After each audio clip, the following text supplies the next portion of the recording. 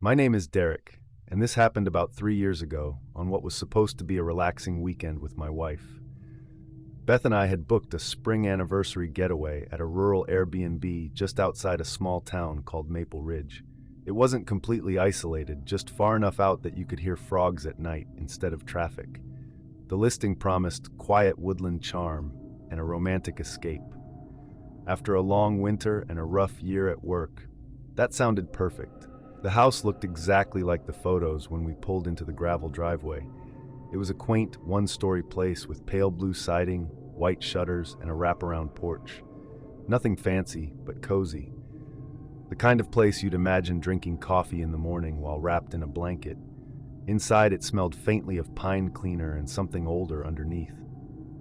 We started unloading our luggage, laughing about how much Beth had packed for a two-night stay. While carrying our bags down the hallway, I noticed a door at the very end. It was painted the same white as the trim, but unlike the others. I tried to open it casually. Locked. Probably the owner's storage room, my wife had mentioned. That made sense. It wasn't the bedroom we'd be using, and honestly, we didn't give it much thought after that. We settled in, unpacked a few things, and by early afternoon decided to head into town. We walked around town, visited some antique shops and a bakery that smelled like heaven.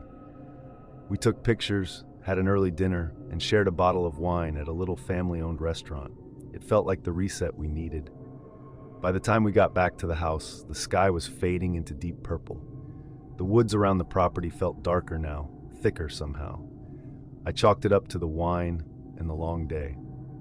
Beth said she was going to take a shower while I relaxed on the couch and flipped through channels on the TV. The house creaked occasionally as it cooled from the day's warmth, totally normal for a place like that. At first, I thought the sound I heard was just the pipes, a faint noise. I muted the TV.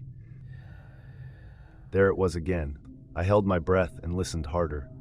It wasn't coming from outside. It wasn't the shower. It was coming from down the hall, from behind the locked door. Every rational thought in my brain tried to explain it away. Maybe it was wind moving through a vent.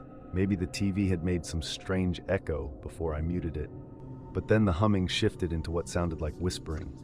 Words I couldn't make out. My heart started hammering. I grabbed my phone and opened the Airbnb app, messaging the host, a guy named Mark. "Hey, quick question," I typed. "There's a locked door in the hallway. Is that normal?" He replied surprisingly fast. "That door shouldn't be locked.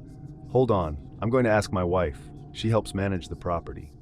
My stomach dropped. "Shouldn't be locked." The whispering continued, faint but unmistakable.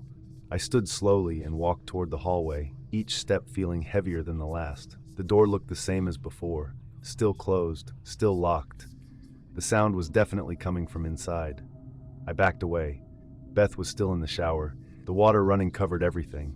She had no idea. If it wasn't supposed to be locked, then why was it? And what was inside?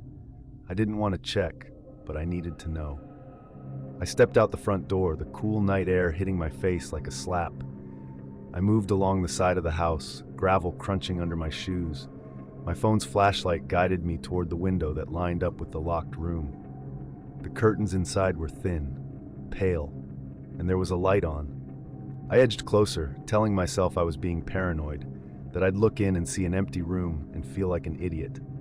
I raised myself just enough to peer through the glass. I wish I hadn't. There was a man standing in the center of the room.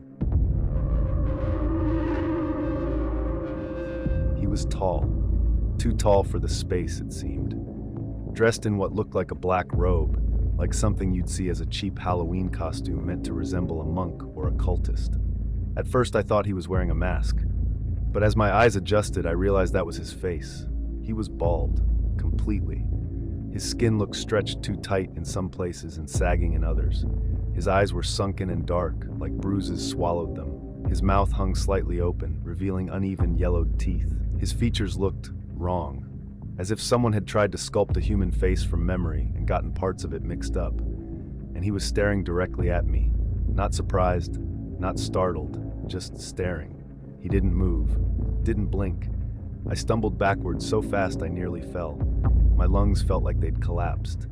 I ran, full sprint, back around the house and burst through the front door. "Beth," I shouted, "get dressed, now! We need to leave." She came out of the bathroom wrapped in a towel, terrified by the look on my face. I didn't even try to explain properly. I just said, "There's someone in that room. We have to go." To her credit, she didn't argue. She threw on clothes while I grabbed the keys. I kept expecting to hear a door open behind me. Footsteps, that whispering, nothing. We bolted to the car and sped down the gravel driveway. My hands were shaking so badly I could barely steer. As we hit the main road, my phone buzzed again. "Mark, my wife says she never locks that door. There shouldn't be any reason for it to be locked." My fingers trembled as I typed back, "There's someone inside that room." We called the police as we drove toward town. Mark said he'd meet them at the property.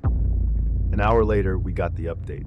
The officers arrived with Mark. The house was empty, the locked door wide open. No one inside, no signs of forced entry, no evidence anyone had been there. Just an empty room with bare walls and a single light on. Beth and I canceled the booking that night and checked into a hotel in Maple Ridge. I didn't sleep.